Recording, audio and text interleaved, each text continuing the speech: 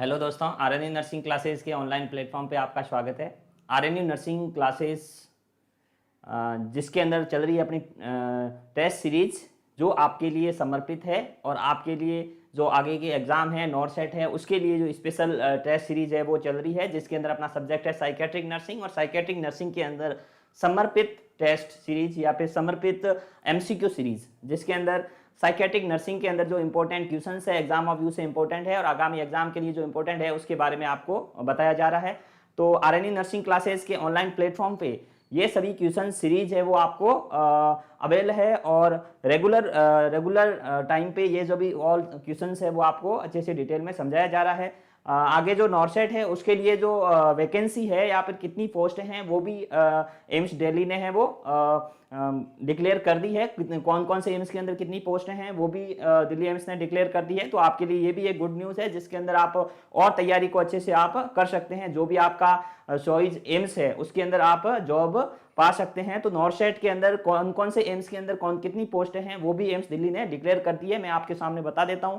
इसके अलावा RNU nursing classes है वो आपको कंटिन्यू ये क्लासेज है वो चल रही है, जिसके अंदर हर सब्जेक्ट या फिर जो प्रीवियस एग्जाम के अंदर जो इंपॉर्टेंट क्वेश्चंस आए हैं उसके बारे में भी डिटेल में बताया जा रहा है। तो अपन आपको बताते हैं कि जो नॉर्सेट के अंदर अगले जो नॉर्सेट 7 है इसके अंदर कौन कौन से एम्स के अंदर कितनी पोस्टें हैं, ठीक है, और इस पोस्टों के अंदर आपको कितने कंपटीशन में कितने फॉर्म भरे उसके अकॉर्डिंग काफ़ी पोस्ट हैं और आप इसमें अपने चॉइस के अकॉर्डिंग एम्स है वो चूज कर सकते हैं। ओके, तो कल ही डिक्लेयर की है एम्स दिल्ली ने ये जब पोस्ट है vacancy position of the AIIMS नॉर्सेट नॉर्सेट 7, ठीक है, जो अभी रिसेंट में एग्जाम होने वाला है प्री एग्जाम और उसके बाद में मेन एग्जाम होगा। तो इसके अंदर सभी एम्स के अंदर जो कितनी कितनी पोस्ट हैं वो डिक्लेयर कर दी है एम्स दिल्ली ने। अपन बात करें तो इसके अंदर सभी कैटेगरी की अलग अलग पोस्टें हैं। जैसे फर्स्ट है एम्स बठिंडा है, इसके अंदर भी पोस्ट है, टोटल 16 पोस्ट हैं। एम्स भुवनेश्वर में 117 पोस्ट हैं, काफ़ी पोस्ट हैं एम्स भुवनेश्वर के अंदर भी। इसके अलावा एम्स गोरखपुर है, एम्स गुवाहाटी है, इसके अलावा एम्स जोधपुर जो इसके अंदर भी काफ़ी कंपटीशन रहता है तो उसके अंदर भी 114 पोस्ट हैं, जिसके अंदर 80-20 भी है, जिसके अंदर फीमेल की जो 80% है और मेल की 20% पोस्टें रिजर्व है। इसके अलावा अलग अलग कैटेगरी के अंदर भी जितनी पोस्टें खाली थी उसके अकॉर्डिंग है वैकेंसी है इसके अंदर। इसके अलावा टोटल अपन बात करें तो 15 एम्स के अंदर है वो वैकेंसी आई है और टोटल 1487 पोस्ट हैं, जो आपके लिए एक क्या है शुभ संकेत है, आपके लिए गुड न्यूज़ है, जिसके अंदर आप जो नॉर्सेट 7 के लिए और स्पेशल अच्छे से तैयारी है वो कर सकते हैं। ओके, तो इसके बारे में आपको बताइए, आपकी जो तैयारी है और अच्छे से बढ़ाइए और आरएनयू नर्सिंग क्लासेज जो आपके लिए रेगुलर बेस पे जो क्लासेज चल रही है उसी तरफ से जुड़े रहिए आरएनयू नर्सिंग क्लासेज के ऑनलाइन प्लेटफॉर्म से, यूट्यूब चैनल से, और बाकी जो भी ऑप्शन है आपके ऊपर उसके ऊपर जुड़ करके या फिर टेस्ट सीरीज वो अवेल कर सकते हैं, जिसके अंदर इंपॉर्टेंट क्वेश्चन है वो भी अवेलेबल है और प्रीवियस एग्जाम के अंदर जो भी क्वेश्चन पूछे गए हैं, प्रीवियस नॉर्सेट के अंदर जो भी क्वेश्चन पूछे गए हैं उसके बारे में भी आपको डिटेल में बताया गया है। ओके, तो ये क्या बात थी कुछ पोजीशन या फिर कल जो डिक्लेयर हुई है एम्स दिल्ली ने नॉर्सेट 7 के अंदर कितनी पोस्ट है, कौन कौन से एम्स के अंदर पोस्ट हैं वो आपके बारे में आपको बताया गया है। आज अपनी जो क्लास है क्लास है साइकेट्रिक नर्सिंग की, जिसके अंदर अपना चल रहा है समर्पित है हम अपने सपने पूरे होने तक, जो आपके सपने पूरे होने तक के हम आपके लिए समर्पित है, आपके लिए रेगुलर बेस पे क्लासेस लेके आ रहे हैं, आपको जो आगे एग्जाम के अंदर कौन कौन से इंपॉर्टेंट क्वेश्चन है उसके बारे में बता रहे हैं। तो आप भी अपनी मेहनत कर सकते हैं, अपनी मेहनत को कंटिन्यू रखिए और आगे के एग्जाम के अंदर 100% आप सक्सेस होगे, ऐसी हम कामना करते हैं। नेक्स्ट बढ़ते हैं हम आगे, अगले अपने क्वेश्चन की शुरुआत करते हैं। पहला क्वेश्चन है साइकेट्रिक नर्सिंग के अंदर इंपॉर्टेंट क्वेश्चन है उसके बारे में आपको बताते हैं, ठीक है। फर्स्ट क्वेश्चन है वो है an adult with major depression, complaints of severe sleep disturbance, day time drowsiness and fatigability, how would the nurse classify this sleep disorder. Question आपको समझना है अच्छे से। मैंने आपको बताया है कि an adult with major depression, एक पेशेंट है वो मेजर डिप्रेशन का पेशेंट है and complain of severe sleep disturbance, उसके अंदर क्या हो रहा है स्लीप डिस्टर्बेंस हो चुका है। डे टाइम ड्राउजीनेस रहते हैं बिकॉज ऑफ नाइट टाइम में प्रॉपर रूप से स्लीप ले नहीं पाते हैं तो ड्राउजीनेस रहती है, डे टाइम ड्राउजीनेस हो गया, एंड फैटिगेबिलिटी मतलब थकान रहती है। How would the nurse classify this sleep disturbance, nurse कौन सा स्लीप डिस्टर्बेंस है वो क्लासिफाई करेगी इसके अंदर, ठीक है। तो इसके अंदर क्या होता है स्लीप डिस्टर्बेंस होते हैं वो क्या होता है डिसोमनिया, पैरासोमनिया, सेकेंडरी स्लीप डिस्टर्बर और primary sleep disturbance. Primary sleep disturbance क्या होता है, अपन बात करें प्राइमरी स्लीप डिस्टर्बेंस की तो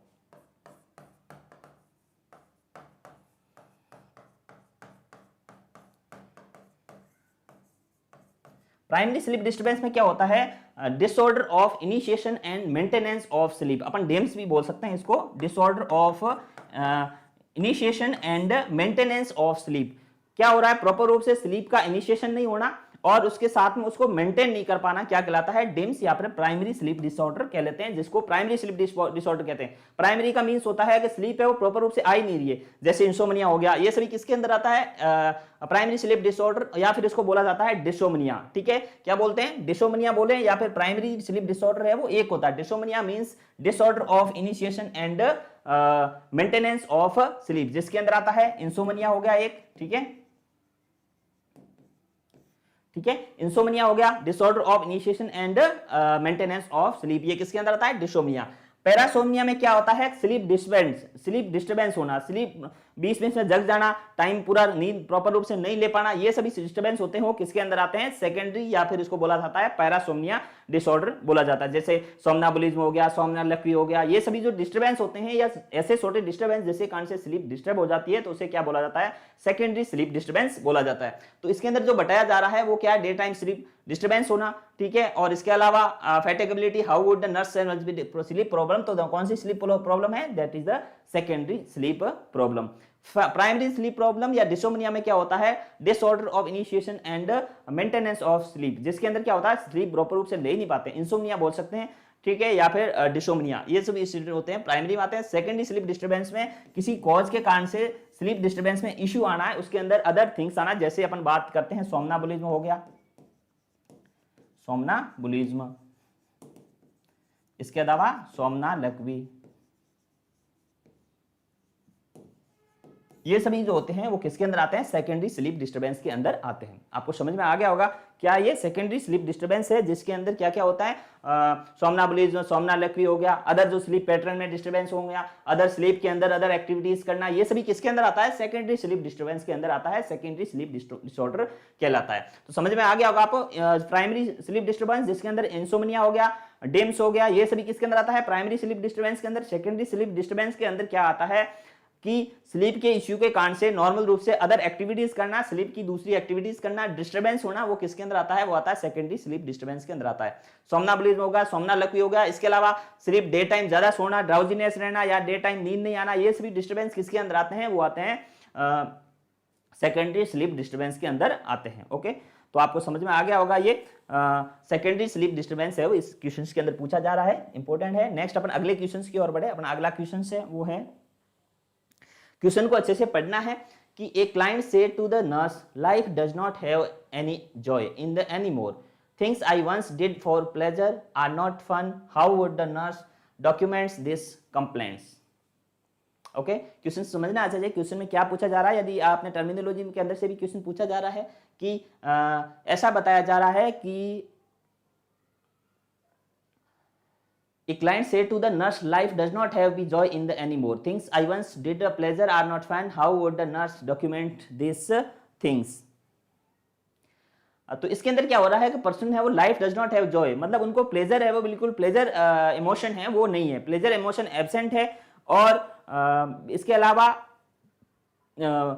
सैडनेस विल बी प्रेजेंट इसमें, और things I once did pleasure are not fun, pleasure है वो नॉट फन, और प्लेजर जो इमोशन है उनके अंदर एब्सेंट है, मतलब ऐसा प्रॉब्लम जिसके अंदर प्लेजर इमोशन होता है उसमें इश्यू होता है।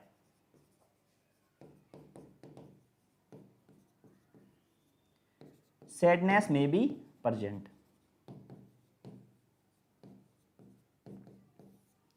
समझ में आ गया आपको क्वेश्चन। इसके अंदर क्या पूछा जा रहा है कि प्लेजर इमोशन इश्यू है, प्रॉब्लम आ रही है, प्लेजर इमोशन नहीं हो रहा है, या फिर प्लेजर इमोशन एब्सेंट है। इसके अलावा सैडनेस में भी प्रेजेंट, सैडनेस है वो प्रेजेंट रह सकती है, ऐसा कौन से इमोशन प्रॉब्लम्स के अंदर आता है। ठीक है, तो इमोशन में आता है, तो इमोशन की क्या होता है डिस्टर्बेंस, वो आपको समझने हैं। इमोशन टू टाइप्स के होते हैं, that is the pleasurable emotion and unpleasurable emotion. Pleasurable emotion के अंदर क्या क्या होता है, हैप्पीनेस रहना, जैसे यूफोरिया होता है, एलेशन है, एक्सल्टेशन, एक्सटेंसी है, उसके आगे जाके वो किस में कन्वर्ट हो जाता है, मेनिया में डिस्टर्बेंस होता है, that is the pleasurable emotion. ठीक है, इसके अलावा अनप्लेजरेबल इमोशन में क्या होना, सैडनेस ऑफ मूड होना, ये सभी किसके अंदर आता है, अनप्लेजरेबल इमोशन के अंदर आता है। तो डिस्थाइमिया, डिस्थाइमिया नहीं होता है, डिस्थाइमिया में होता है क्या क्या है, मेनिया एंड डिप्रेशन, दोनों के सिम्टम्स साथ में दिखते हैं। या अपन बात कर सकते हैं हैप्पीनेस एंड सैडनेस अल्टरनेट रूप में। यदि ऐसा पर्सन जिसके अंदर हैप्पीनेस एंड सैडनेस होता है वो अल्टरनेट रूप से यदि प्रेजेंट हो तो उसे क्या बोलते हैं, डिसथाइमिया बोला जाता है। ये प्रॉब्लम इसके अंदर है नहीं, क्योंकि इस पर्सन को क्या हो रहा है, does not have any job anymore, उनको प्लेजरेबल इमोशन है वो क्या है, हो नहीं रहा है। Things I once did pleasure are not fun, pleasure है वो कि फन नहीं है, मैं प्लेजरेबल नहीं रह सकता। तो ये इमोशन, प्लेजरेबल इमोशन किसके अंदर प्रेजेंट नहीं होता है, वो क्वेश्चन पूछा जा रहा है। यूफोरिया, यूफोरिया इज द क्या है, euphoria is the primary stage of mania, mania के पेशेंट में देखने को मिलता है यूफोरिया। ठीक है, जिसके अंदर क्या होता है, मेनिया जब स्टार्ट, कोई मेनिया का पेशेंट होता है उसकी जो इनिशियल स्टार्ट होती है वो किससे होती है, 4 स्टेज के अंदर होती है, मैंने आपको बताया है अच्छे से। Euphoria first one is the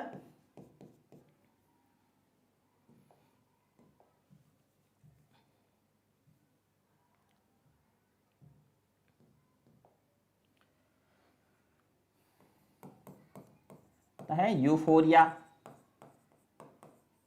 second one है elation, exaltation, euphoria, elation, exaltation and ecstasy। ये डिस्टर्बेंस होते हैं मेनिया के पेशेंट के अंदर इनिशियल रूप से, फिर यही आगे जाके मेनिया के रूप में कन्वर्ट होते हैं। तो यूफोरिया, एलेशन, एक्साल्टेशन एंड एक्सटेसी, ये क्या होता है, इमोशन, प्लेजरेबल इमोशन आगे जाके इसके अंदर से कन्वर्ट होके फिर मेनिया में डिस्टर्ब होता है। तो मैंने आपको बताया एग्जांपल के तौर पे, जैसे कोई पर्सन होता है उसका जो मेनिया का पर्सन है वो मेनिया कैसे होता है, तो पहले क्या होगा, यूफोरिया मतलब कुछ टाइम से जैसे खुश रहना स्टार्ट हो जाता है, ज्यादा हर चीज के लिए हैप्पीनेस रहना। उसके बाद में यूफोरिया के बाद में एलेशन, मतलब जो साइकोमोटर एक्टिविटी होती है वो भी बढ़ जाती है। इसके अलावा खुश मतलब एक एब्नॉर्मल रूप से खुश रहना किसी अंदर, मतलब जब हैप्पीनेस की कंडीशन हो उसके साथ साथ हैप्पीनेस नहीं है, कोई ऐसी कंडीशन ही नहीं है, उस कंडीशन के अंदर भी खुश रहना स्टार्ट कर जाता है। तो एलेशन, एक्साइटेशन के बाद में उसका और जो मूड होता है वो क्या हो रहा है, मूड डिसऑर्डर में कन्वर्ट हो जाता है, साइकोमोटर एक्टिविटी बढ़ती है। एक्सटेसी के अंदर पर्सन है वो एज पर मेनिया के जो सिम्टम्स होते हैं वो प्रतीत होते हैं किसके अंदर, एक्सटेसी के अंदर। तो ये सब फेज होती है। तो इसके अंदर यूफोरिया है नहीं, euphoria is the pleasurable emotion या फिर इनिशियल स्टेज ऑफ मेनिया का mania. Okay, psychomotor retardation, psychomotor retardation भी नहीं है इस पर्सन के अंदर। साइकोमोटर रिटार्डेशन क्या होता है, पीए में है वो कम होना, डिप्रेशन में होता है रिटार्डेशन बोल सकते हैं, या साइकोमोटर एक्टिविटी डिक्रीज बोल सकते हैं। साइकोमोटर एक्टिविटी डिक्रीज किसके अंदर होती है, that is the depression. Okay, ये तो आपको याद आ गया होगा, मेनिया का पेशेंट है तो मेनिया के पेशेंट के अंदर क्या होता है, साइकोमोटर एक्टिविटी बढ़ती है, साइकोमोटर एक्टिविटी बढ़ना, ठीक है, elevation of mood, elevation of mood. इसके अलावा ये सभी सिम्टम्स होते हैं, एलिवेशन ऑफ मूड होना, साइकोमोटर एक्टिविटी बढ़ना, ये सब किसके अंदर देखने को मिलता है, मेनिया के पेशेंट के अंदर देखने को मिलता है। ठीक है, हाँ, speech of volume, tone of speech होती है वो क्या होती है, इंक्रीज हो जाती है। स्पीच एंड टोन क्या बढ़ जाती है, बढ़ जाती है। जो बोलना है उसकी टोन है वो क्या हो जाती है, इंक्रीज हो जाती है। ठीक है, इसके अलावा दो वर्ड्स जब यूज करता है, बोलते हैं, तो उसके बीच में जो गैप होता है वो क्या हो जाता है, कम हो जाता है। ये सभी किसके अंदर देखने को मिलता है, मेनिया के पेशेंट के अंदर देखने को मिलता है। इसके अलावा डिप्रेशन की अपन बात करें तो डिप्रेशन के अंदर क्या होता है, साइकोमोटर एक्टिविटी कम होना, मूड का क्या होगा, सैडनेस ऑफ मूड होना, स्पीच और टोन होती है वो क्या हो जाती है, कम हो जाती है। दो स्पीच, दो बात है, दो वर्ड के बीच में जो गैप होता है वो क्या होता है, बढ़ जाता है। अपन 5 बार बुलाएंगे तब जाके 1 बार बोलेगा। ये किसके अंदर देखने को मिलता है, डिप्रेशन के पेशेंट के अंदर देखने को मिलता है। मेनिया में क्या होता है, साइकोमोटर एक्टिविटी बढ़ती है, मूड होता है वो क्या एलिवेट रहता है, स्पीच टोन वगैरह होती है वो क्या हो जाती है, बढ़ जाती है। ये किसके अंदर होता है, मेनिया के पेशेंट के अंदर। इसके अलावा डेल्यूजन है वो प्रेजेंट होता है। कौन सा डेल्यूजन होता है मेनिया के अंदर, delusion of grandiosity, delusion of references. ये सभी जो डेल्यूजन होते हैं किसके अंदर प्रेजेंट होते हैं, मेनिया के पेशेंट के अंदर देखने को मिलते हैं। ओके, तो क्वेश्चन में इसमें ये पूछ रहे हैं साइकोमोटर एक्टिविटी रिटार्डेशन की थिंग्स है वो नहीं है। इसके अंदर क्या है, एनहेडोनिया है। Anhedonia is the disturbance in emotion, ये भी क्वेश्चन पूछ सकते हैं, क्वेश्चन बन सकता है। एनहेडोनिया है और किसके अंदर आता है, anhedonia is disturbance of emotion, disturbance in emotion. किसमें डिस्टर्बेंस होना, इमोशन के अंदर डिस्टर्बेंस होना, इमोशन के अंदर डिस्टर्बेंस होना, जिसके अंदर क्या होगा, प्लेजरेबल इमोशन है वो क्या रहता है, प्रतीत नहीं हो पाता है, नहीं प्लेजरेबल इमोशन प्रेजेंट नहीं होता है। इसके अलावा सैडनेस ऑफ मूड है वो प्रेजेंट हो सकती है, वो किसके अंदर होता है, एनहेडोनिया के पर्सन के अंदर होता है या एनहेडोनिया में देखने को मिलता है। तो आपको क्वेश्चन समझ में आ गया होगा, तो इसके अंदर कौन सा ऑप्शन सही जाएगा, that is the anhedonia. Okay, समझ में आ गया question. A client says to the nurse life does not have any joy, क्योंकि प्लेजरेबल है वो, इसके जॉय के बारे में, प्लेजरेबल के बारे में वो नहीं बोलना चाह रहे हैं। Any time things I once did pleasurable are not fun, pleasurable emotion होता है वो फन नहीं है, वो मेरे में प्रेजेंट नहीं है, ऐसी बात हो रही है। तो किस क्या होएगा, एनहेडोनिया है, क्योंकि उसके अंदर प्लेजरेबल इमोशन एब्सेंट होता है। इसके अलावा सैडनेस भी प्रेजेंट हो सकती है। ओके, तो क्वेश्चन आपको समझ में आ गया होगा, क्योंकि ये टर्मिनोलॉजी रिलेटेड क्वेश्चन है, आपने पढ़ी है तो समझ में बिल्कुल अच्छे से आ गया होगा। डिस्थाइमिया क्या होता है, यूफोरिया क्या होता है, साइकोमोटर एक्टिविटी क्या होता है, उसके बारे में बता दिया। अगले क्वेश्चन की ओर अपन बढ़े। नेक्स्ट क्वेश्चन है वो है the drugs use in schizophrenia are, schizophrenia के अंदर कौन कौन सी ड्रग्स यूज होती है। ओके, सिजोफ्रेनिया में कौन सी ड्रग्स होती है, एंटीसाइकोटिक ड्रग्स, कॉमन रूप से एंटीसाइकोटिक ड्रग्स यूज होती है। एंटीसाइकोटिक ड्रग्स, एंटीसाइकोटिक ड्रग्स का एक्शन क्या होता है ये भी आपको पता होना चाहिए, क्योंकि जो एंटीसाइकोटिक ड्रग्स होता है, अपन बात करें सिजोफ्रेनिया, सिजोफ्रेनिया में होता क्या है, एक्चुअल में सबसे पहले ये पता होना चाहिए कि सिजोफ्रेनिया में होता क्या है। डोपामीन जो न्यूरोट्रांसमीटर है उसका लेवल इंक्रीज हो जाता है, डोपामीन न्यूरोट्रांसमीटर है उसका लेवल होता है वो क्या हो जाता है, इंक्रीज हो जाता है, जिसके कारण से सिजोफ्रेनिया के सिम्टम्स देखने को मिलते हैं। ये आपको समझ में आ गया होगा, ठीक है।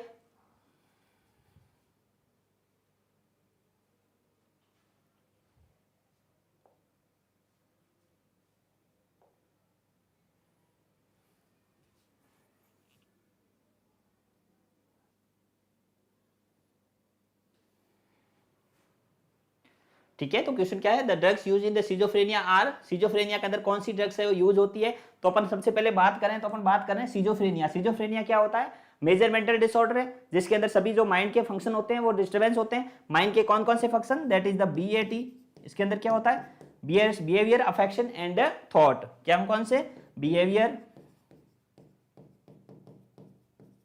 अफेक्शन एंड थॉट, ये सभी डिस्टर्बेंस होने स्टार्ट हो जाते हैं। पूरा माइंड होता है वो डिसऑर्गेनाइज हो जाता है, किसके अंदर, सिजोफ्रेनिया के अंदर। तो इसमें क्वेश्चन पूछ रहे हैं कि सिजोफ्रेनिया के अंदर कौन कौन सी ड्रग्स यूज होती है। तो सिजोफ्रेनिया के अंदर कौन सी ड्रग्स यूज होती है, एंटीसाइकोटिक ड्रग्स, एंटीसाइकोटिक ड्रग्स। और सिजोफ्रेनिया के अंदर होता क्या है, डोपामिन का लेवल है वो क्या हो जाता है, बढ़ हो जाता है, बढ़ जाता है।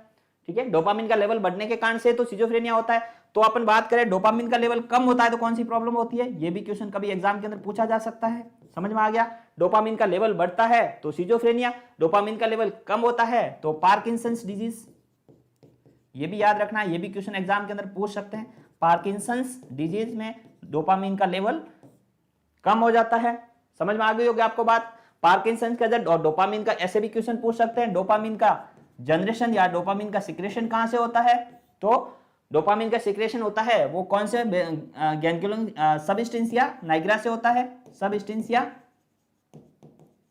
Niagara, this is the dopamine generating cells, dopamine generating cells substantia nigra से डोपामिन का जनरेशन होता है। अब डोपामिन का लेवल है वो कम कैसे कैसे हो सकता है, बहुत सारी कंडीशन के अंदर हो सकता है। ठीक है, सबस्टेंसिया नाइग्रा जो डोपामिन जनरेटिंग सेल्स का डिस्ट्रक्शन हो जाता है तो भी हो सकता है। डिस्ट्रक्शन कैसे हो सकता है, क्योंकि एज के साथ में हो सकता है, ऑटोइम्यून डिजीज के कारण से हो सकता है। तो पार्किंसंस डिजीज है उसके उसमें क्या हो जाता है, डोपामिन जनरेटिंग सेल्स का डिस्ट्रक्शन होता है, जिस कारण से डोपामिन का लेवल है वो क्या हो जाता है, कम हो जाता है। डोपामिन का लेवल कम होगा तो पार्किंसंस जैसी डिसीज मतलब प्रॉब्लम देखने को मिलती है, जिसके अंदर इनवॉलंटरी मसल्स मूवमेंट होगा, ड्रॉपिंग ऑफ आई होगा, ये सभी किसके अंदर देखने को मिलता है, पार्किंसंस डिजीज के अंदर देखने को मिलता है। ठीक है, ट्रेमर्स होगा, ये है वो डोपामिन। अब सिजोफ्रेनिया में बात करें तो डोपामिन का लेवल क्या हो जाता है, बढ़ जाता है। जब डोपामिन का लेवल बढ़ जाएगा तो जो मूवमेंट है, एक्टिविटीज है और बिहेवियर होता है उसमें क्या हो जाता है, चेंजेस हो जाते हैं, बढ़ जाता है जैसे। तो एंटीसाइकोटिक ड्रग्स वो क्या करेगी, डोपामिन के लेवल को कम करेगी। एंटीसाइकोटिक ड्रग्स का फंक्शन होता है decrease the dopamine level, dopamine neurotransmitter है उसका लेवल कम करती है एंटीसाइकोटिक ड्रग्स। ओके, और एंटीसाइकोटिक ड्रग्स है वो डोपामिन का लेवल कम करती है, तो इसको क्या क्या बोल सकते हैं, D2 ब्लॉकर भी बोलते हैं एंटीसाइकोटिक ड्रग्स को। डोपामिन एडर्नर्जिक ब्लॉकर भी बोलते हैं इसको, क्या बोलते हैं? डोपामिन एडर्नर्जिक ब्लॉकर, डोपामिन एडर्नर्जिक ब्लॉकर ये भी बोलते हैं, ठीक है। डोपामिन ब्लॉकर बोलते हैं, D2 ब्लॉकर बोलते हैं, डोपामिन एडर्नर्जिक ब्लॉकर बोलते हैं और एंटीसाइकोटिक ड्रग्स भी बोलते हैं, या न्यूरोलेप्टिक ड्रग्स भी बोलते हैं इसको, क्या बोलते हैं? Neuroleptic drugs, neuroleptic drugs important है। इसके अंदर भी 2 टाइप्स की ड्रग्स होती है, ट्रेडिशनल ड्रग्स और ट्रेडिशनल एंटीसाइकोटिक ड्रग, न्यूअर या atypical antipsychotic drug. Traditional antipsychotic drugs की अपन बात करें तो प्रीवियस जो पुराने टाइम में यूज होती थी वो ट्रेडिशनल एंटीसाइकोटिक ड्रग्स यूज होती थी। पुराने टाइम में एंटीसाइकोटिक ड्रग्स कौन सी यूज होती थी? ट्रेडिशनल एंटीसाइकोटिक ड्रग्स यूज होती थी। जैसे अपन बात करते हैं CPZ हो गई, ठीक है, इंपॉर्टेंट है। CPZ सबसे पहली एंटीसाइकोटिक ड्रग्स थी, CPZ, ओके। तो आपको समझ में आ गया होगा कि एंटीसाइकोटिक ड्रग्स होती है वो 2 टाइप की होती है। आपको सभी क्लास एंड जो ड्रग्स के अंदर या फिर साइकोफार्माकोलॉजी के अंदर आपने पढ़ा होगा।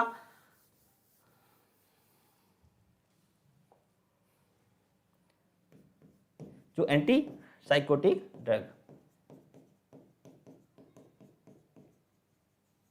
एंटीसाइकोटिक ड्रग्स 2 टाइप्स की होती है। First one is the traditional antipsychotic, traditional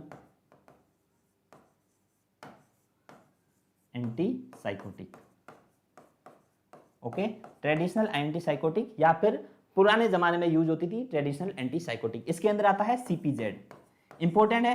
chlorpromazine, chlorpromazine first antipsychotic drugs थी जो 1952 के अंदर डिस्कवर हुई, इंपॉर्टेंट है। इसके बारे में भी कभी कभी क्वेश्चन पूछा जाता है कि first antipsychotic drugs is the chlorpromazine जो 1952 के अंदर रिसर्च हुई, इसका सर्च हुई। उसके बाद में हेलोपेरिडोल हो गया, हेलोपेरिडोल ये 1958 के अंदर डिस्कवर्ड हुई हेलोपेरिडोल, ओके।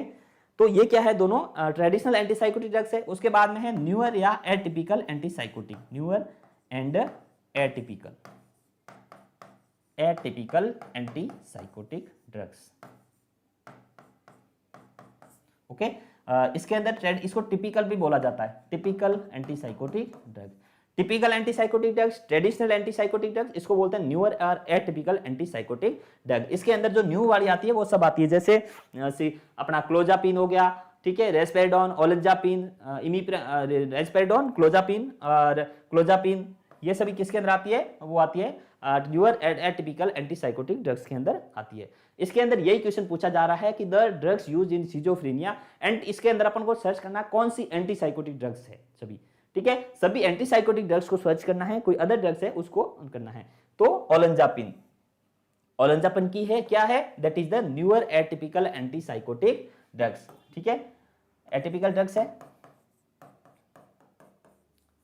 अब जब ओलेंजापिन आ गया तो ओलेंजापिन में से और भी क्वेश्चन कभी पूछा जाता है, सबसे ज्यादा जो वेट गेन होता है वो ओलेंजापिन से होता है, वेट गेन। एंटीसाइकोटिक कौन सी एंटीसाइकोटिक ड्रग से वेट गेन होता है? तो ओलेंजापिन होता है, ओके। और इसके बाद आता है रेस्पेरिडोन, रेस्पेरिडोन भी क्या है? एंटीसाइकोटिक ड्रग्स है, ओके, रेस्पेरिडोन भी क्या है? एंटीसाइकोटिक ड्रग्स है। तो आपको समझ में आ गया रेस्पेरिडोन भी एंटीसाइकोटिक ड्रग्स है, तो ये भी ऑप्शन इसके अंदर सही जाएगा। तो ए भी सही है, बी भी सही है। Imipramine, no, imipramine is the antidepressants, imipramine क्या है? एंटी डिप्रेजेंट है, तो इमिप्रामाइन इसके अंदर नहीं जाएगा। बाकी सब एंटीसाइकोटिक, क्लोजापिन भी क्या है? एंटीसाइकोटिक ड्रग्स है, बिल्कुल एंटीसाइकोटिक ड्रग्स है। तो ए, बी और डी, ए, बी, डी कौन सा ऑप्शन है? तो B option is the right, okay. ऐसा क्वेश्चन भी पूछा जाता है तो उसमें क्वेश्चन को अच्छे से समझना है, क्योंकि चारों ऑप्शन अच्छे से पढ़ने हैं आपको। जिसमें चारों में थे कौन से ऑप्शन सही लगते हैं उन ऑप्शन को पहले चूज कर लो, उसके बाद में नीचे से ए, बी, डी हो गया, ए, बी, सी है, जिसमें से सही ऑप्शन है उसको चूज करना है, ओके। तो इसके अंदर अपना correct option is the B, B में ए, बी और डी, मतलब ओलेंजापिन, रेस्पेरिडोन और क्लोजापिन। तो सबसे ज्यादा वेट गेन ओलेंजापिन से होता है, ओके। क्लोजापिन क्या करता है? ए ग्रेनुलोसाइटोसिस करता है, ए ग्रेनुलोसाइटोसिस, या फिर हम बोल सकते हैं न्यूट्रोफिल्स की संख्या है वो क्या होती है? कम होती है, किसके कारण से? क्लोजापिन के कारण से, ओके। इसके अलावा ओलेंजापिन हो गई, रेस्पेरिडोन हो गया, इमिप्रामाइन है वो क्या है? एंटी डिप्रेजेंट है, तो इसके अंदर इमिप्रामाइन है वो गलत ऑप्शन है, बाकी सब ड्रग्स है वो एंटीसाइकोटिक ड्रग्स है। तो आपको साइकोफार्माकोलॉजी भी बहुत इंपॉर्टेंट है, साइकोफार्माकोलॉजी में से भी क्वेश्चन हर एग्जाम के अंदर पूछे जाते हैं। कौन से कॉम्प्लिकेशन होते हैं, क्या एडवर्स इफेक्ट होते हैं मेडिकेशन के, ये इंपॉर्टेंट होते हैं एंटी साइकोटिक या फिर साइकेट्रिक के अंदर एंटी साइकोटिक ड्रग्स में। ओके, इसके अंदर आपको पता है वेट गेन किससे होता है, ओलेंजापिन से होता है, ठीक है, और क्लोजापिन से एग्रेनुलोसाइटिस होता है। ये क्वेश्चन भी कई बार एग्जाम के अंदर है, वो हर एग्जाम के अंदर पूछा जाता है। अब इंपॉर्टेंट है, आप याद रखना, अच्छे से पढ़ना, ध्यान रखना इसके बारे में। ओके, नेक्स्ट अपन अगले क्वेश्चन की ओर बढ़े। अपना अगला क्वेश्चन है वो है psycho analytic therapy are develop by, psycho analytic theory किसने दी थी, that is the Sigmund Freud. सीधा सा क्वेश्चन है, psycho analytic theory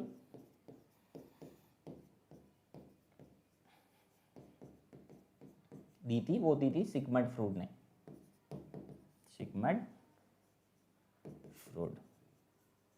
okay, father of psychology बोला जाता है इनको, फादर ऑफ साइकोलॉजी। ये भी क्वेश्चंस एग्जाम में पूछा जा सकता है। फादर ऑफ साइकोलॉजी कौन थे, that is the Sigmund Freud. इसके अंदर तो सीधा ऑप्शन है सिगमंड फ्रूड, इसके अंदर राइट ऑप्शन रहेगा। जैकमन फ्रैंकलिन ये जो इनसे रिलेटेड नहीं है, साइकेट्रिक से रिलेटेड। तो Sigmund Freud is the and psychiatrist who develop the psycho analytic theory. और इसके अलावा फादर ऑफ साइकोलॉजी भी सिगमंड फ्रूड को कहते हैं। इन्होंने बहुत सारे नए चेंजेस साइकेट्री के अंदर और साइकोलॉजी के अंदर जो ह्यूमन बिहेवियर होता है उनको क्लासीफाई किया, क्या क्या चेंजेस आते हैं बिहेवियर के अंदर, ठीक है। इसके अलावा माइंड का एनालिसिस किया, माइंड के कौन कौन से पार्ट्स होते हैं, माइंड में क्या क्या प्रॉब्लम्स आता रहती है, उसके बारे में भी इन्होंने सिगमंड फ्रूड ने बहुत तरीके से उन्होंने एनालिसिस थ्योरी में कंसंट्रेट किया। कॉन्शियस सब कॉन्शियस माइंड क्या होता है, इसके अलावा एड ईगो सुपर ईगो, इनके बारे में भी इन्होंने डिटेल में भी बताया। ओके, नेक्स्ट अपन अगले क्वेश्चन की ओर बढ़े। अपना अगला क्वेश्चन है वो है hallucination is the caused by, hallucination किसके कॉज से होता है। सबसे पहले आया हेलुसिनेशन,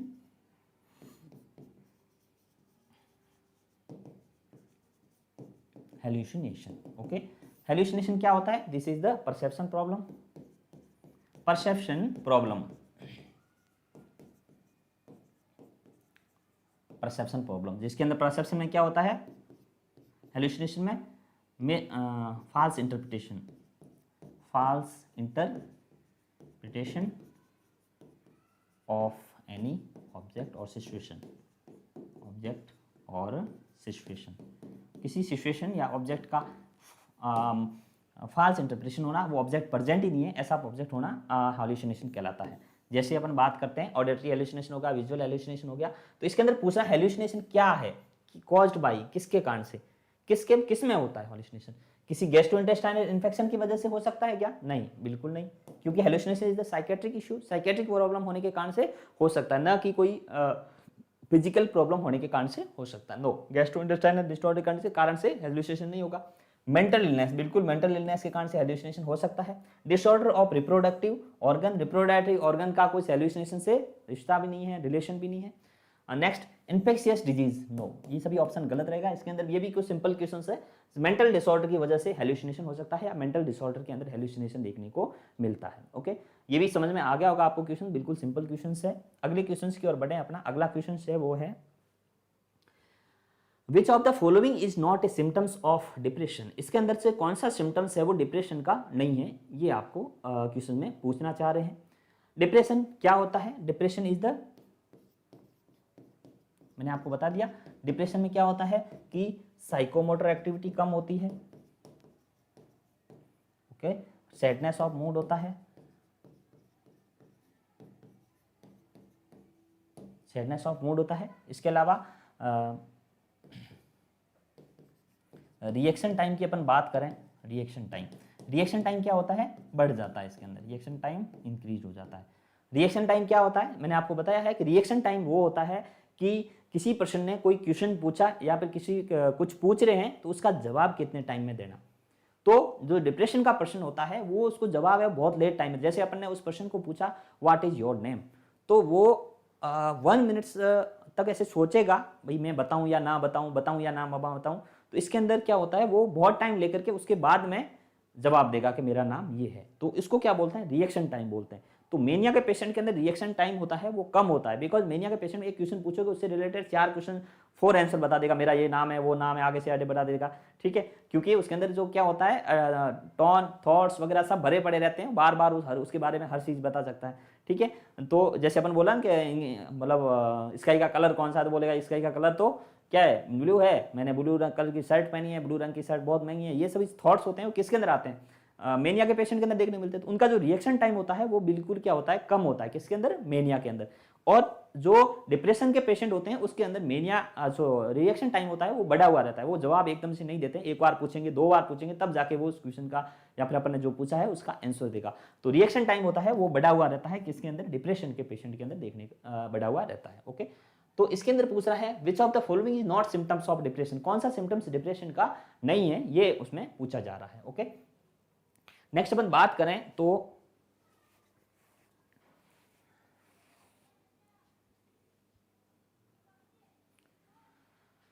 ठीक है, तो सबसे पहला ऑप्शन है वो है loss of interest in daily activity.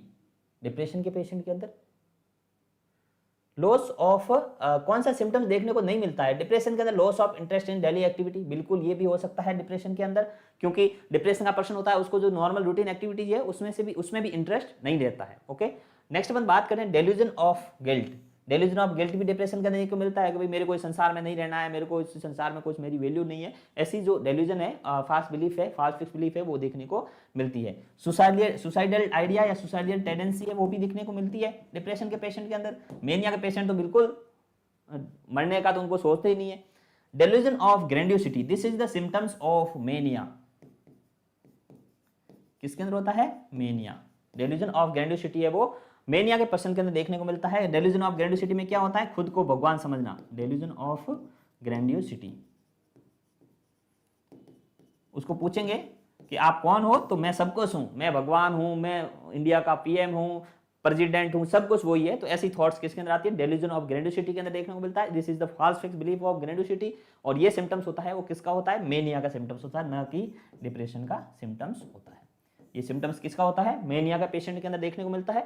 तो delusion of grandiosity is the correct option, because इसके अंदर ये सभी सिम्टम्स है उस डिप्रेशन के, जबकि जो डेल्यूजन ऑफ ग्रैंडियोसिटी है वो किसका सिम्टम्स है, डिप्रेशन का, डिप्रेशन के पेशेंट के अंदर देखने को मिलता है। ओके, नेक्स्ट अपन अगले क्वेश्चंस की ओर बढ़े। तो अपना नेक्स्ट क्वेश्चन है वो है बहुत इंपॉर्टेंट क्वेश्चन है, ये भी क्वेश्चन एग्जाम के अंदर, कई एग्जाम के अंदर पूछा गया है, बहुत इंपॉर्टेंट क्वेश्चन है, सबसे ज्यादा इंपॉर्टेंट क्वेश्चन है, इसको अपन स्टार क्वेश्चन भी दे सकते हैं। In Maslow hierarchy of needs which consideration as the most basic, Maslow hierarchy जो नीड्स है उसके अंदर मोस्ट बेसिक नीड्स कौन सी है। तो मास्लो हायरार्की के अंदर आपने देखा होगा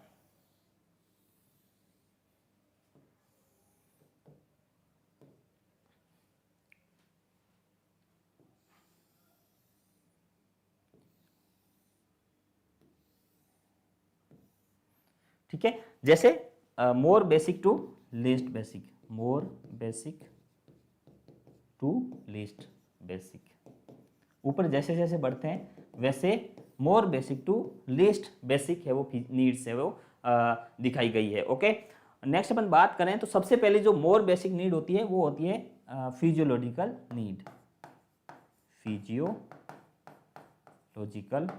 नीड। और फिजियोलॉजिकल नीड क्या होती है, दैट इज द रोटी कपड़ा मकान, ठीक है, फूड एंड शेल्टर, होम, घर होना चाहिए, अच्छा फूड होना चाहिए, रोटी कपड़ा और मकान, that is the physiological need. तो ये सबसे मोर बेसिक नीड होती है वो होती है फिजियोलॉजिकल नीड, ठीक है।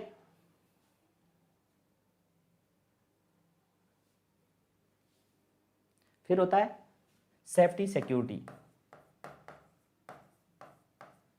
Safety and security. नेक्स्ट होता है लव और बिलोंगिंग, लव और बिलोंगिंग, ठीक है। तो physiology, safety, security, love, belonging. Next होता है वो होता है self esteem and self actualisation, self esteem और सेल्फ एक्चुअलाइजेशन। ये मास्लो हायरार्की नीड के अंदर, मास्लो हायरार्की जो नीड के अकॉर्डिंग इन्होंने बताया था कि किस टाइप से मास्लो हायरार्की नीड।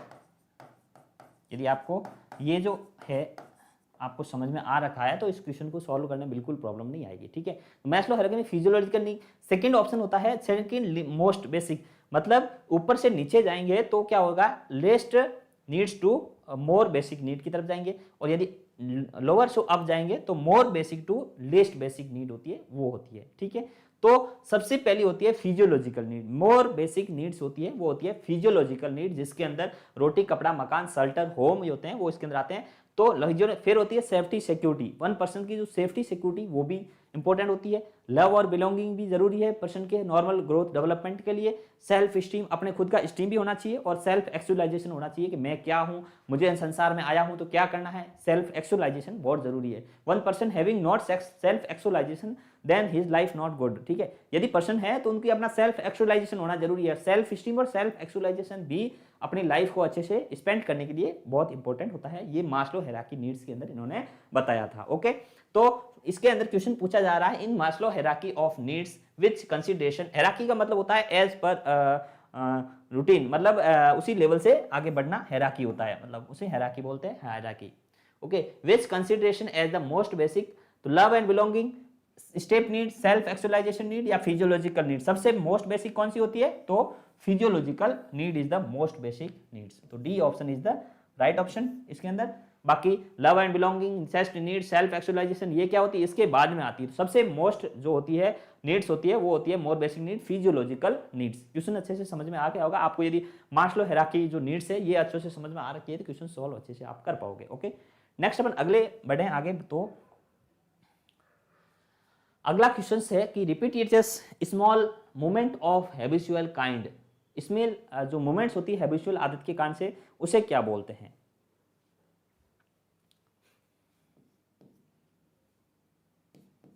क्या बोलते हैं, मैनरिज्म। ओके, मैनरिज्म बोलते हैं। टिक्स क्या होती है, टिक्स तो बिल्कुल कुछ एबनॉर्मल बिहेवियर करना बच्चों के अंदर जब से ज्यादा देखने को मिलता है, बिल्कुल एक बार बार आंखों का टपकाना, ये सब क्या होती है टिक्स के अंदर। कंपल्सन क्या होता है, compulsion is the action on act on obsession, act on obsession is known as compulsion. Over activity क्या होता है, hyper activity, hyper activity disorder, ठीक है। मैनरिज्म, मैनरिज्म होता है रिपीटियस स्मॉल मूवमेंट करना, वो क्या कहलाता है, मैनरिज्म कहलाता है, ठीक है। मैनरिज्म इसको बोलते हैं स्टीरियोटाइप मूवमेंट, स्टीरियोटाइप मूवमेंट।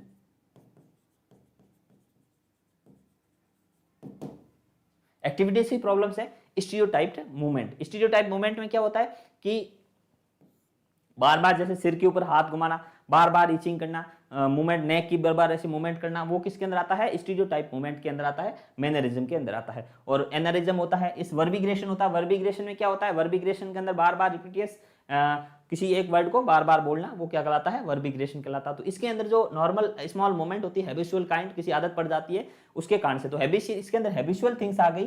तो हैबिचुअल मतलब आदत पड़ने के कारण से, जैसे अपन बार बार ऐसे जना सिर हिला के बार बार चलना, ठीक है, बार बार गले को क्लियर करना, ये सभी क्या होता है मैनरिज्म के अंदर आता है। ये एक आदत पड़ जाती है उस कारण से, तो उसे मैनरिज्म बोलते हैं। तो stereotype movement is the mannerism, तो इसके अंदर ऑप्शन सही जाएगा, दैट इज द मैनरिज्म। ये भी टर्मिनोलॉजी में से भी क्वेश्चन पूछा गया है। नेक्स्ट अपन अगला आगे बढ़े। अगला क्वेश्चन है सोर grapes mechanism is form of, बिल्कुल सिंपल क्वेश्चन है कि अंगूर खट्टे हैं।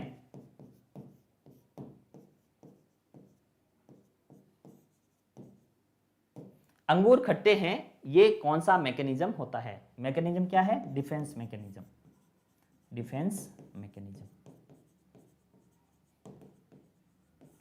कौन सा डिफेंस मैकेनिज्म है, अंगूर खट्टे हैं। अंगूर खट्टे हैं मतलब अंगूर मिल नहीं रहे, ले नहीं पा रहे हैं, और उसका दे रहे बता रहे हैं कि अंगूर खट्टे हैं, तो ये दैट इज द रेशनलाइजेशन। ये क्या पार्ट है, रेशनलाइजेशन का पार्ट है, अंगूर खट्टे हैं। ओके,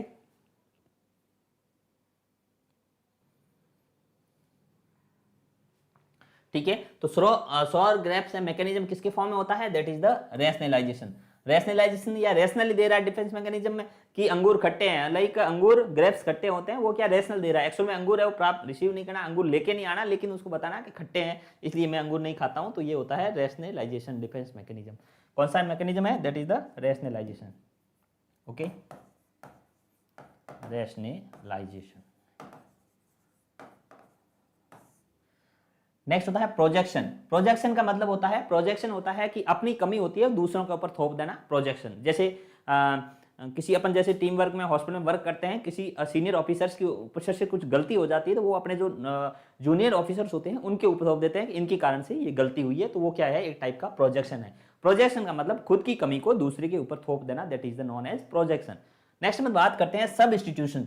सब इंस्टीट्यूशन का मतलब होता है कि जैसे अपन बात करते हैं कि तैयारी कर रहे हैं, एमबीबीएस की तैयारी कर रहे थे और उसके बाद में यदि सिलेक्शन नहीं होता है तो अपन अदर प्रोफेशन चूज करना या other medical related profession choose कर देना, वो क्या कहलाता है, सब इंस्टीट्यूशन कहलाता है। सब इंस्टीट्यूशन मतलब है कि उसके लेवल का कोई दूसरा प्रोफेशन चूज करना ना, यदि अपन उसको टारगेट रिसीव नहीं करते हैं, अपना लक्ष्य प्राप्त नहीं कर पाते तो उससे रिलेटेड दूसरा प्रोफेशन चूज कर लेना।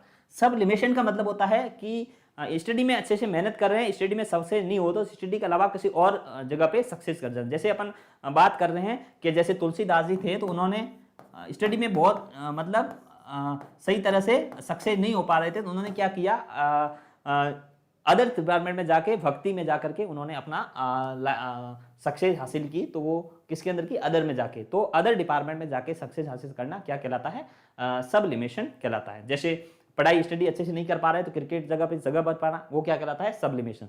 कंपनसेशन भी एक टाइप का इस टाइप का होता है। कंपनसेशन का मतलब क्षतिपूर्ति करना, जिसके अंदर जैसे स्टडी में अपन पर्सन है स्टडी सही तरह से नहीं कर पा रहा है तो प्ले में जाकर के अच्छा अपना फ्यूचर बनाना, वो क्या कहलाता है, कंपनसेशन कहलाता है।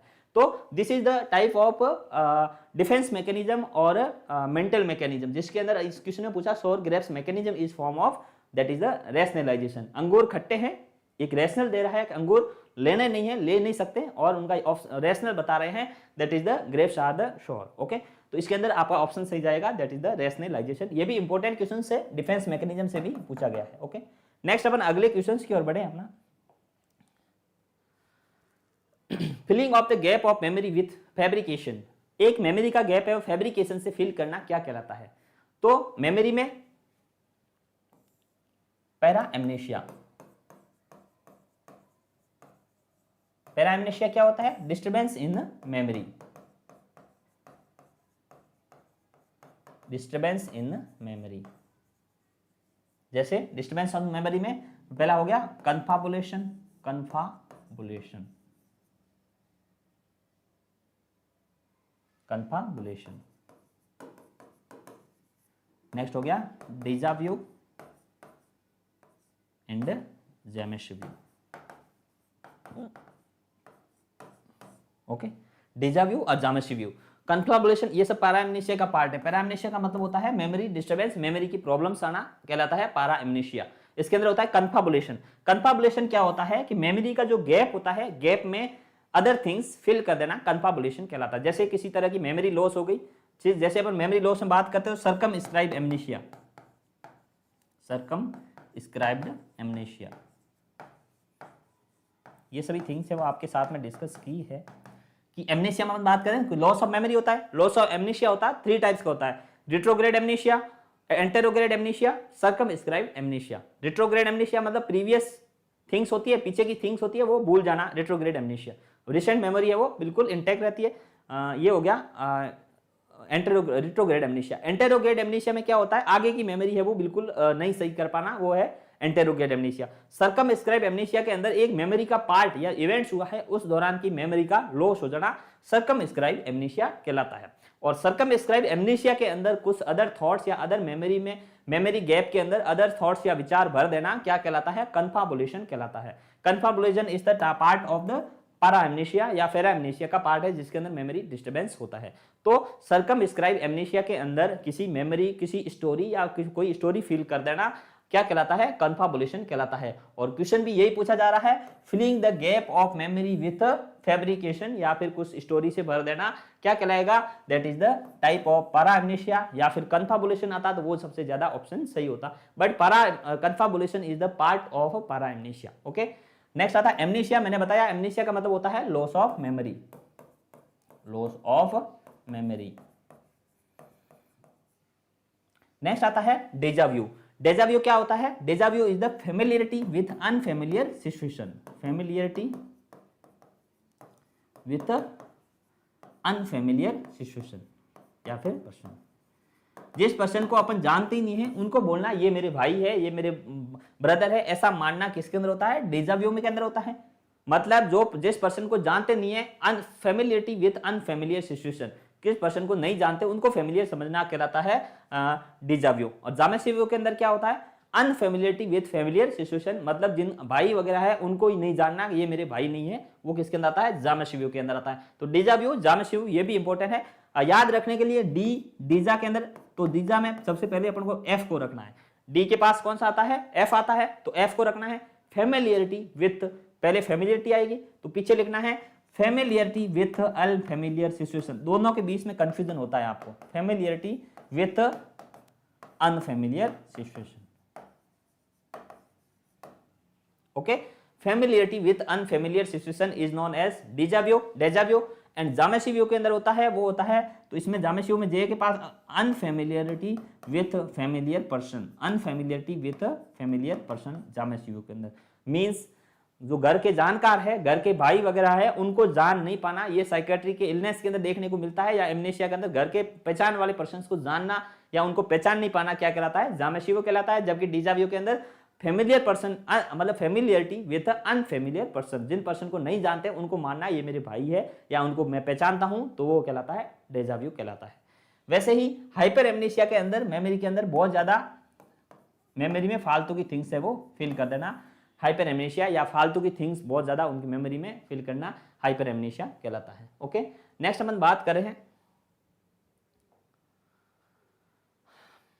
अगला क्वेश्चन से ego work based on the, ego किसके ऊपर कार्य करता है उसके बारे में क्वेश्चन पूछा जा रहा है। ईगो काम करता है id, ego and superego. Okay, id, ego and superego. अपन बात करें, जैसे एक पर्सन जा रहा है, जैसे इड, ईगो, सुपर ईगो की बात करते हैं, थ्री टाइप्स की थॉट्स होती है। वन पर्सन जो चाह रहा है, जाते जाते क्या हुआ, एक पेड़ के ऊपर सेब लगे हुए, तो सेब को सीधा ही जा रहा है, जाते ही उनको ऐसा थॉट आना कि सेब है वो लेने हैं, तोड़ने हैं मुझे, तो one person have direct thought, that is known as id. Id की जिसकी इड की थिंकिंग होगी तो वो क्या करेगा, ये मतलब मेरे को सेब तोड़ने हैं, तो तोड़ने की थॉट था वो इड। एक पर्सन को ऐसे थॉट आई कि यार सेब नहीं तोड़ने चाहिए, अपन को ये आसपास का लोगों को देखो, देखने के बाद में अपन को सेब तोड़नी चाहिए, तो वो होगा ईगो। और सुपर ईगो के अंदर ये होगा कि क्या कुछ कोई नहीं देखेगा, अपन को तोड़ने मतलब तोड़ने हैं, तो सुपर ईगो, सॉरी ईगो के अंदर होगा कि अपन लोग देख रहे हैं, अपन को सेब नहीं तोड़ना। और सुपर ईगो के अंदर ये होता है कि सेब तोड़ना ही गलत है, तो ये थॉट्स होती है वो रियलिटी पे काम करती है, तो वो होता है सुपर ईगो। तो अपन बात करें ego work based on, ego किसके ऊपर काम करता है, ईगो काम करता है, वो करता है रियलिटी के ऊपर। ओके, तो ईगो काम करता है, वो करता है रियलिटी के ऊपर, रियल सिचुएशन में अपन को क्या करना का चाहिए वो है ईगो के अंदर आता है। और जो इड होता है वो काम करता है प्लेजरेबल के ऊपर, कि ऐसा काम करना है जिससे अपन को हैप्पीनेस मिले और प्लेजरेबल हो, वो किसमें आता है, इड के अंदर। वो आगे के थॉट्स थिंकिंग नहीं सोचते हैं भाई आगे जाके इसका मतलब प्लेजरेबल नहीं हो, लेकिन आगे जाके इससे क्या क्या नुकसान हो सकते हैं वो सोचता नहीं है, कौन, इड। जबकि ईगो के अंदर रियलिटी पे काम करता है, रियल सिचुएशन में क्या करना चाहिए। और सुपर ईगो होता है कॉन्शियस साइंस या फिर ओवर थिंकिंग, ठीक है, सही तरह से थॉट प्रोसेस होता है, बिल्कुल सही काम कर रहा है। सुपर ईगो का पर्सन होता है वो रियलिटी और कॉन्शियस साइंस के साथ में और परफेक्शन के साथ में काम करता है। तो प्लेजरेबल के साथ में काम करता है इड, ईगो होता है रियलिटी के साथ काम कर रहा है, सुपर ईगो है वो ओवर थिंकिंग के साथ में काम करता है। ठीक है, तो ईगो किसके साथ काम करता है, रियलिटी के साथ वर्क करता है। नेक्स्ट अपन अगले क्वेश्चन की ओर बढ़े। अपना अगला क्वेश्चन है वो है a defence mechanism that allow to the convert our unacceptable behaviour into acceptance form is. Defence mechanism जो allow to convert for unacceptable behaviour into acceptable form, वो क्या कहलाता है। जो अनएक्सेप्टेबल बिहेवियर होता है उसको एक्सेप्टेंस बिहेवियर में कन्वर्ट करना क्या कहलाता है। तो इंट्रोजेक्शन नहीं होता है। प्रोजेक्शन का मतलब क्या होता है, प्रोजेक्शन का मतलब होता है कि अपना खुद की जो कमियां होती है दूसरे के ऊपर थोप देना। डिस्प्लेसमेंट का मतलब क्या होता है, अदर थॉट्स में कन्वर्ट करना। और सबलिमेशन होता है वो होता है दूसरे अपने कन्वर्ट अनएक्सेप्टेबल बिहेवियर होता है वो दूसरे में कन्वर्ट करना, सबलिमेशन कहलाता है। ओके, तो इसके अंदर ऑप्शन सही जाएगा, वो जाएगा sublimation. Defence mechanism that allow to the convert our unacceptable behaviour into the acceptable form. जो अनएक्सेप्टेबल बिहेवियर होता है उसको एक्सेप्टेबल में कन्वर्ट किस किया जाता है, सबलिमेशन मेंटल मैकेनिज्म में किया जाता है। ठीक है, ये भी इंपॉर्टेंट है। नेक्स्ट अपन अगले क्वेश्चन की ओर बढ़े। Father of intelligence, father of intelligence. Father of intelligence में कौन थे? That is the Alfred Binet. Alfred Binet, ये भी सीधा सा क्वेश्चन है, क्वेश्चन पूछा जाता है कभी कभी। Alfred Binet is the father of intellect या फिर इंटेलिजेंसी। उनके क्लासिफिकेशन वगैरह किसने दिया था? वो दिया था एल्फ्रेड बिनेट ने। ओके, नेक्स्ट अपन अगले क्वेश्चन की ओर बढ़े। अपना अगला क्वेश्चन है वो है अगले क्वेश्चन से बढ़ते से पहले जो आरएनए नर्सिंग क्लासेज है वो आपके लिए ऑफर चल रहा है, उसके बारे में बता देते हैं। नए ऑनलाइन बैच का आगाज हो गया है। आजाद बैच चल रहा है, अभी कंटिन्यू चल रहा है आजाद बैच 15 अगस्त से कंटिन्यू, जिसके अंदर ऑफर है वो सेम चल रहा है आपको। आजाद बैच के अंदर जो एनुअल टेस्ट सीरीज अवेलेबल है आरएनए नर्सिंग क्लासेस के ऑनलाइन ऐप के विशेष ऑफर के साथ में, जो 2200 का बैच था वो आपको 1100 में मिल रहा है। 1100 में आप 1 ईयर तक ये सभी जो फैसिलिटीज है, बैच की विशेषताएं हैं, वो आपको अवेलेबल होती है। किसके अंदर? ओनली 1100 रुपीज के अंदर 1 ईयर तक आप इसका बेनिफिट ले सकते हो, जिसके अंदर आगे के सभी एग्जाम, नॉर्सेट का, नॉर्सेट प्री मेंस हो गया, आरआरबी हो गया, और आगे के जो भी कंपटीशन एग्जाम है उसके अंदर आप ये सभी बेनिफिट्स उठा सकते हैं, जिसके अंदर फ्री डेमो टेस्ट सीरीज होगी। Free demo test series available है उसके अंदर। नेक्स्ट अपन बात करें, फ्री डेमो वीडियो क्लासेस भी है किसके अंदर? पूरे 1100 के अंदर।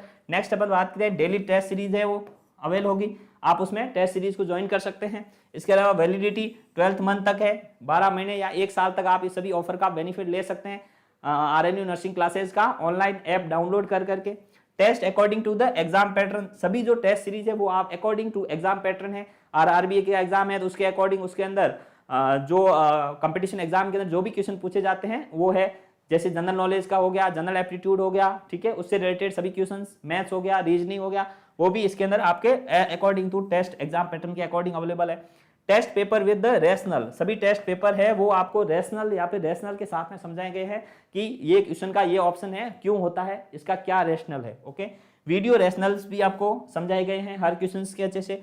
Test questions analysis by expert experience faculties के द्वारा, सभी जो टेस्ट सीरीज है क्वेश्चंस है वो फैकल्टीज के द्वारा डिटेल में आपको समझाया गया है। तो आप इस ऑफर का फायदा लेने के लिए आरएनयू नर्सिंग क्लासेस का ऐप डाउनलोड कर सकते हैं। उसके अंदर आपको सभी अवेलेबल है, या वहां जाकर के आप टेस्ट सीरीज ज्वाइन कर सकते हैं। इसके अलावा डेमो टेस्ट सीरीज भी देख सकते हैं, जिसके अंदर आपको पता चल जाएगा कि एक्चुअल में उनकी कितनी इंपॉर्टेंस है और उसमें कौन कौन से एग्जाम में रिलेटेड जो क्वेश्चंस है वो सब बताए गए हैं, डिटेल में आपको समझाया गया है टेस्ट सीरीज के अंदर। तो आप इस ऑफर का बेनिफिट ले सकते हैं। अब जो आगे जो एग्जाम आने वाले हैं उसके अंदर आपको बहुत बेनिफिट होगा, आप ये ज्वाइन कर करके, तो और कम 50% मतलब बहुत ऑफर के अंदर आपको अवेलेबल है, तो आपको इसे ज्वाइन कर सकते हैं आजाद बैच, जिसके अंदर सभी ये विशेषताएं और सभी ये टेस्ट सीरीज है वो अवेलेबल है। तो you must join this offer. Okay, next अपन आगे बढ़े अपने अगले क्वेश्चंस की ओर। तो क्वेश्चन है, elevated mood with increase psychomotor activity is characteristic feature of. Elevated mood, mood बढ़ा हुआ है और उसके साथ में साइकोमोटर एक्टिविटी बढ़ी हुई है, तो किसके अंदर देखने को मिलता है। ओके, तो ये तो सीधा सा क्वेश्चन है, किसके अंदर देखने को मिलता है? मेनिया के पेशेंट के अंदर। ये भी क्वेश्चन है, increase psychomotor activity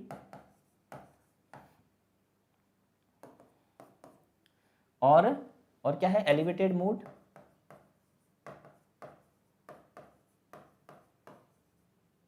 increase reaction time, नहीं sorry decrease reaction time,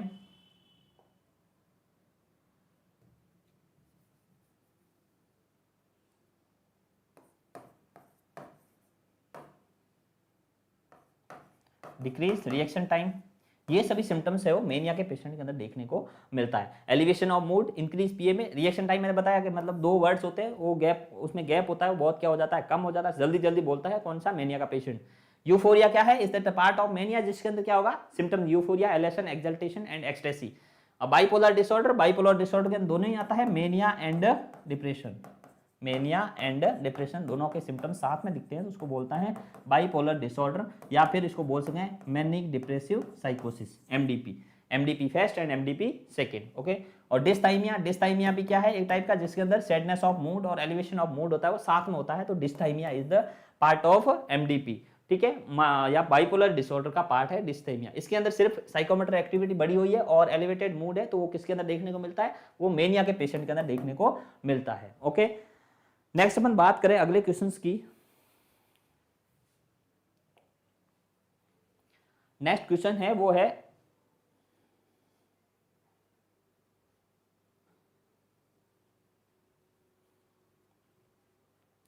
loss of personal identify and wandering away from psychiatric hospital is referral is. बिल्कुल, ये भी क्वेश्चन इंपॉर्टेंट है। डिसोसिएशन में से ये पूछा गया है।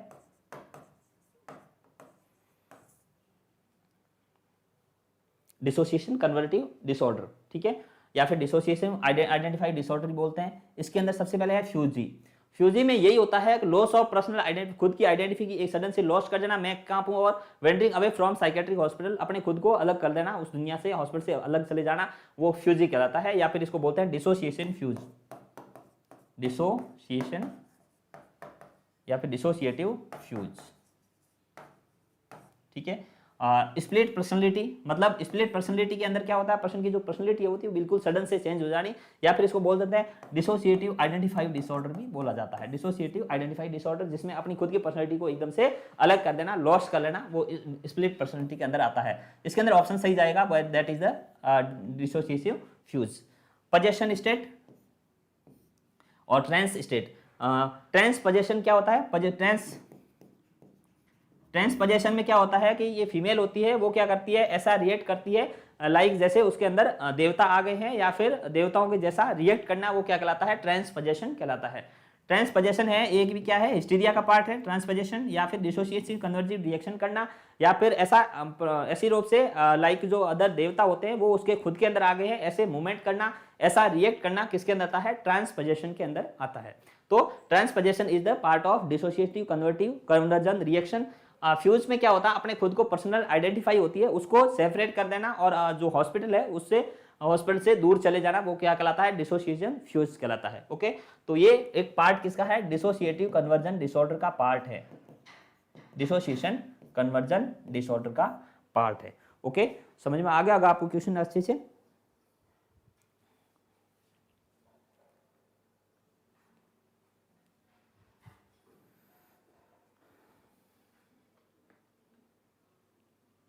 नेक्स्ट अगले क्वेश्चंस की ओर बढ़े। अपना अगला क्वेश्चन है वो है the voltage needed to produce seizure while giving ECT. ECT के दौरान कितना करंट प्रोवाइड किया जाता है, वो इस क्वेश्चन के अंदर पूछना चाह रहे हैं। ECT electroconvulsive therapy, electroconvulsive therapy.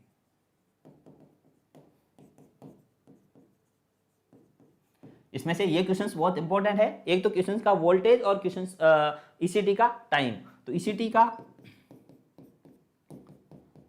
Time होता है, वो होता है 0.6 सेकेंड, एक पूरा सेकेंड भी नहीं, हाफ सेकेंड से भी पास में, वो तो होता है टाइमिंग। और ईसीटी का वोल्टेज होता है 70 से 130 वोल्ट। ये करंट प्रोवाइड किया जाता है सडन 0.6 सेकेंड के लिए। तो 70 से 130 वोल्ट वो इसके अंदर ऑप्शन सही जाता है। ऑप्शन दे सकते हैं 180 to 200, बिल्कुल गलत है, इतना तो नहीं होता है। 40 to 170 ये बॉल कम है। 150 to 80 गलत है।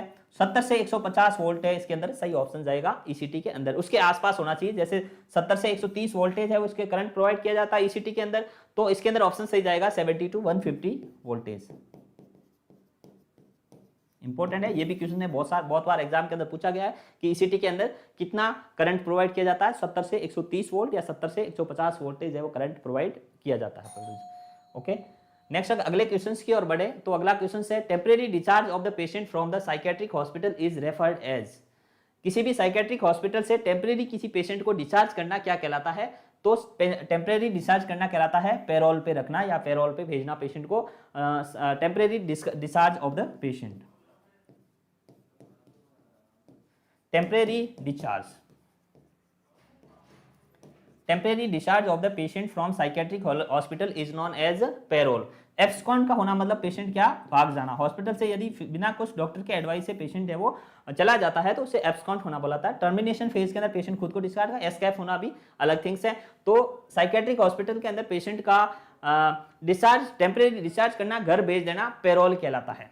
क्या कहलाता है, पेरोल। ओके, तो पेरोल इसके अंदर ऑप्शन है वो सही जाएगा। नेक्स्ट अपन अगले क्वेश्चंस की ओर बढ़े। अपना अगला क्वेश्चन है वो है the drug which is used to create aversion the alcohol dependence. Alcohol dependence के अंदर पेशेंट को एवर्जन थेरेपी के अंदर कौन सी ड्रग्स यूज ली जाती है उसके बारे में क्वेश्चन पूछना चाह रहे हैं। तो एवर्जन थेरेपी होती है जिसके अंदर डाइसल्फारामीन डाइसल्फारामीन ड्रग्स यूज ली जाती है, तो डाइसल्फारामीन इसके अंदर ऑप्शन सही जाएगा, बिकॉज एल्कोहल जो एल्कोहल डिपेंडेंस पेशेंट होते हैं उनके अंदर एवर्जन थेरेपी दी जाती है। एवर्जन थेरेपी पेशेंट में, एवर्जन थेरेपी के अंदर पेशेंट को एल्कोहल के साथ में डाइसल्फारामीन दिया जाता है, और डाइसल्फारामीन होती है वो एल्कोहल के साथ में रिएक्ट करती है और पर्सन को वॉमिटिंग होने स्टार्ट हो जाती है, और वॉमिटिंग होती है तो पर्सन वो जो गलत हैबिट को छोड़ने की कोशिश करता है। This is the known as aversion therapy, और एवर्जन थेरेपी है जिसके अंदर डाइसल्फारामीन ड्रग्स यूज ली जाती है। तो disulfiram is the right option in the question. The drug which is use to create aversion of the alcohol dependence is known as disulfiram. Next अपन अगले questions की ओर बढ़े, तो ठीक है, और इस बेनिफिट है जो ऑफर है, इसका बेनिफिट भी उठा सकते हैं। गणेश चतुर्थी के अवसर पर सभी नर्सिंग कोर्सेज हैं वो 50% छूट के साथ में अवेलेबल है। तो आज तक आप इस 8 सितंबर आज तक आप इस जो ऑफर है इसका बेनिफिट उठा सकते हैं आरएनयू नर्सिंग क्लासेस के डिजिटल प्लेटफॉर्म से जुड़ करके। तो आज की क्लास के अंदर इतना ही। नेक्स्ट क्लास के अंदर अपने जो अगले इंपॉर्टेंट क्वेश्चन है साइकेट्रिक नर्सिंग के, वो आपके साथ में डिस्कस करेंगे। तो थैंक यू वेरी मच।